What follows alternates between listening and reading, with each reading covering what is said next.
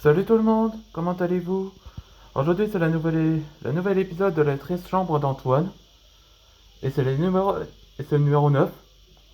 Là, quand je dis match là, ça c'est Antoine Dragnon où il va affronter l'épreuve Quetzalcoatl, la serpent de la création et déesse des Aztèques.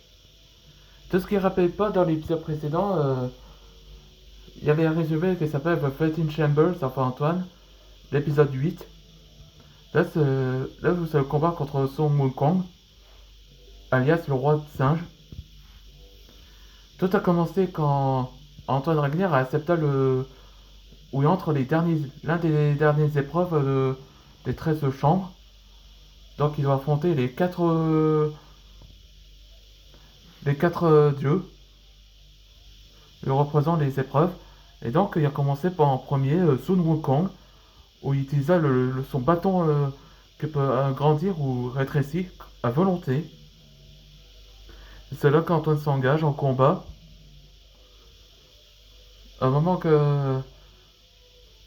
qu'Antoine Ragnier pensait avoir une idée,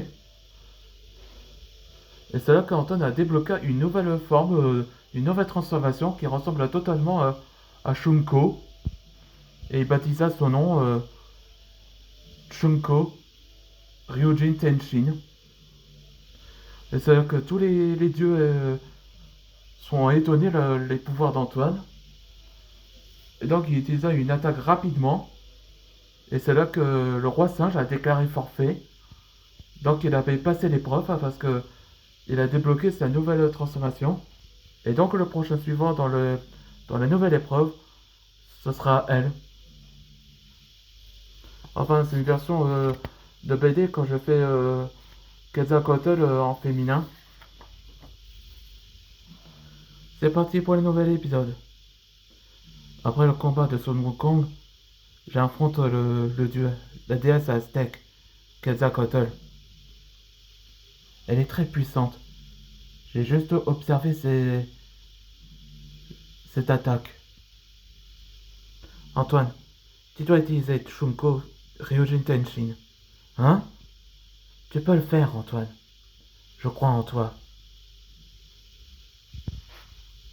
Ceux qui n'a pas le choix. Ok, je suis prêt. Bien, voici la véritable épreuve commence. Oh, c'est ça sa vraie forme. On m'appelle le serpent arc-en-ciel pour rien. Je parie que si t'arrives à me toucher, sur ma tête, tu dois aller bondir le plus haut avec ta nouvelle forme. En sautant par exemple. Hmm. Ceux qui acceptent la proposition. Hmm. Là, bravo. T'as réussi cette épreuve.